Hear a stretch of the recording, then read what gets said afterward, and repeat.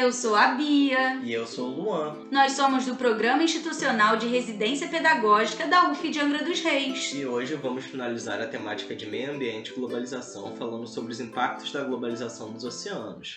Vocês sabiam que grande parte do oxigênio do planeta é produzido nos oceanos? As responsáveis por isso são as algas, que se encontram nos rios e oceanos. Devemos ressaltar que cerca de 70% da superfície do nosso planeta é coberta por água.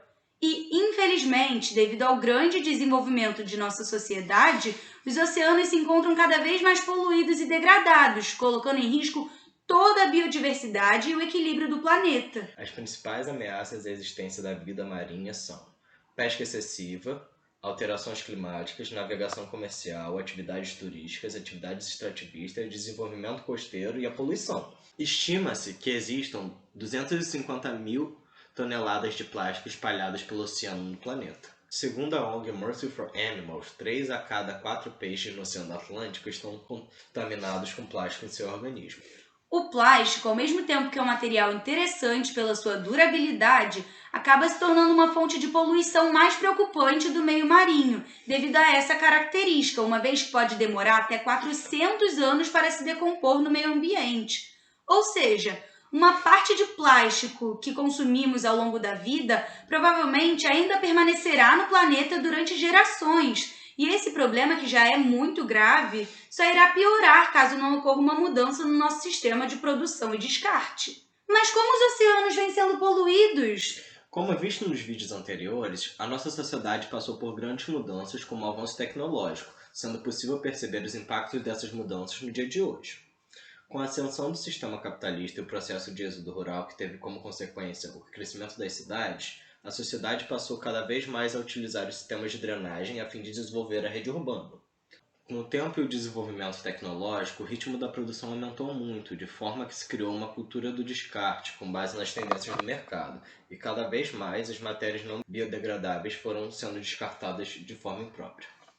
Todo esse lixo, somado à falta de infraestrutura ligadas ao descarte correto, vem trazendo cada vez mais danos ao meio ambiente e, uma vez que através das redes de drenagem, ou seja, os rios e seus afluentes, a maior parte desses materiais vão direto para os oceanos. Os ambientes marinhos são afetados de forma agressiva, contaminando a área e matando a vegetação e a fauna. Cerca de 80% do lixo presente nos oceanos vem de atividades humanas presentes no continente, através do descarte inadequado nessas redes fluviais, que carregam esses materiais até chegarem ao fundo dos oceanos ou dentro do corpo de algum animal. A maior parte do lixo encontrado nos ambientes aquáticos é feito de plástico, que é um material proveniente do petróleo e que compõe grande parte dos objetos de uso diário da população.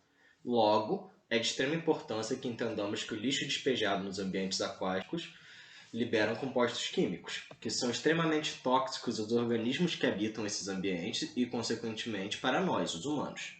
O plástico, ao ser descartado no oceano, entra em contato com a luz do sol, as ondas e o sal, e acaba se fragmentando, resultando em microplásticos, pedaços menores que 5 milímetros.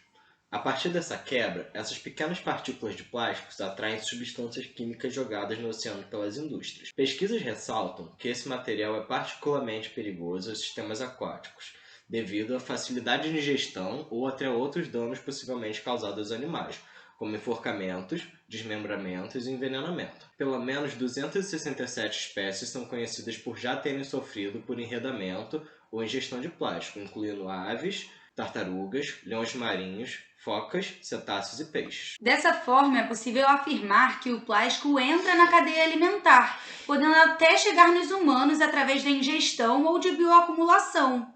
A bioacumulação se dá a partir da absorção de substâncias ou compostos químicos presentes no ambiente pelo organismo de algum indivíduo presente na área contaminada, podendo ocorrer através da ingestão de água e partículas contaminadas ou até por meio do sistema respiratório. Assim, ao longo do tempo, a quantidade dessa substância passa por um aumento gradual dentro dos indivíduos, podendo se acentuar a partir da cadeia alimentar e de acordo com o nível trófico que o animal ocupa. Podemos usar o mercúrio encontrado nos peixes como exemplo. Ao ser consumido por outro indivíduo, como os mamíferos e aves, esse elemento tóxico é transferido para esse animal, podendo causar danos à saúde. Podemos afirmar que os indivíduos que ocupam o topo da cadeia são os mais prejudicados nesse processo, tendo em vista que se alimentam de outros indivíduos já contaminados, acumulando um nível mais alto dessa substância tóxica em seu organismo. Visto isso, podemos afirmar que a poluição dos oceanos pode impactar diretamente na humanidade, já que além de uma possível contaminação devido ao microplástico, metais pesados e compostos químicos, existem muitas comunidades que sobrevivem da atividade pesqueira ou turística, como Angra dos Reis. Também é importante ressaltar, como citado no início do vídeo, que grande parte do oxigênio disponível na atmosfera é gerado pelas algas, através da fotossíntese, que necessita de luz solar. Porém, em certas áreas do oceano, esse processo é impossibilitado pela presença de nuvens de partículas de poluição, como óleos e plásticos, que bloqueiam a luz solar. No contexto do mundo globalizado, que além de mandar quantidades absurdas de dióxido de carbono e outros poluentes para a nossa atmosfera, também vem desmatando suas florestas em um nível preocupante, a preservação desses ecossistemas é de extrema importância para o bem-estar não só do ser humano, mas também de todo o nosso ecossistema. Falando em CO2, esse gás é um dos responsáveis por um dos grandes problemas causados pela expansão desenfreada da humanidade, a acidificação dos oceanos, que acontece devido à absorção do dióxido de carbono pelos oceanos, o que faz com que diversos ecossistemas, como os corais, desapareçam. Os ambientes coralinos são um dos ecossistemas mais biodiversos do planeta, abrigando diversas espécies de animais e vegetais marinhos. Esses ambientes também se mostram muito importantes para as comunidades costeiras, na medida em que sua exploração possui um retorno econômico significativo para essas áreas, se dando através da pesca dos peixes que habitam nos recifes,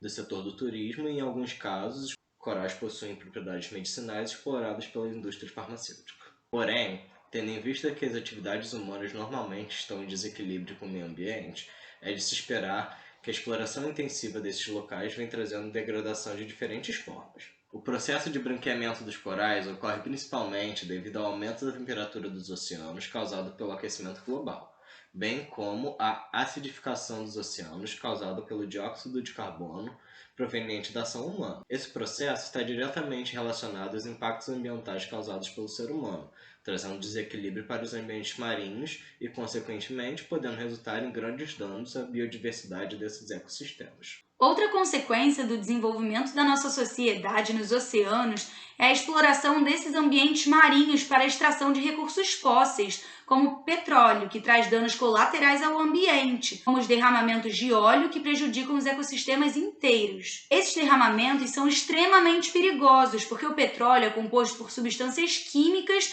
que contaminam toda a cadeia alimentar, causando declínio na fauna e flora marinha, assim como a poluição por materiais sólidos. Um derramamento de óleo também tem capacidade de produzir uma cama que bloqueia os raios solares, conhecida como marés negras, prejudicando a fotossíntese e, como consequência, a produção de oxigênio.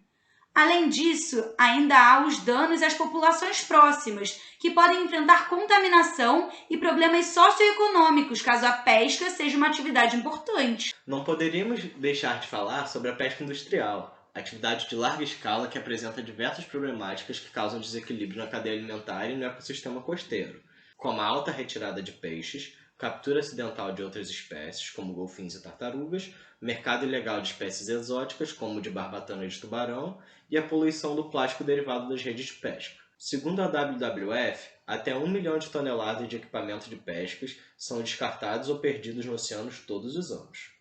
O Greenpeace afirma que mais de 640 mil toneladas de redes, linhas e armadilhas usadas na pesca comercial são despejadas e descartadas no mar todos os anos.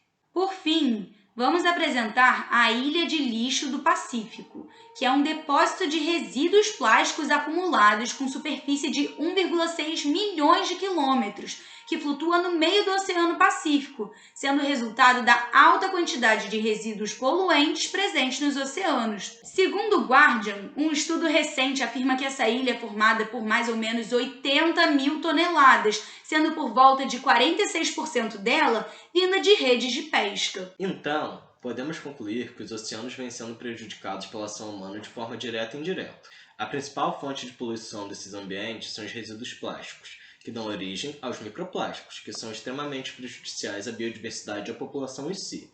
uma vez que estes são tóxicos, cancerígenos e de fácil contaminação devido ao tamanho de suas partículas. Esse foi o vídeo de hoje. Obrigada por nos acompanhar e fica de olho no canal porque logo deve sair uma nova sequência de vídeos. Se inscreve, deixa o like. Obrigado, gente. Até a próxima!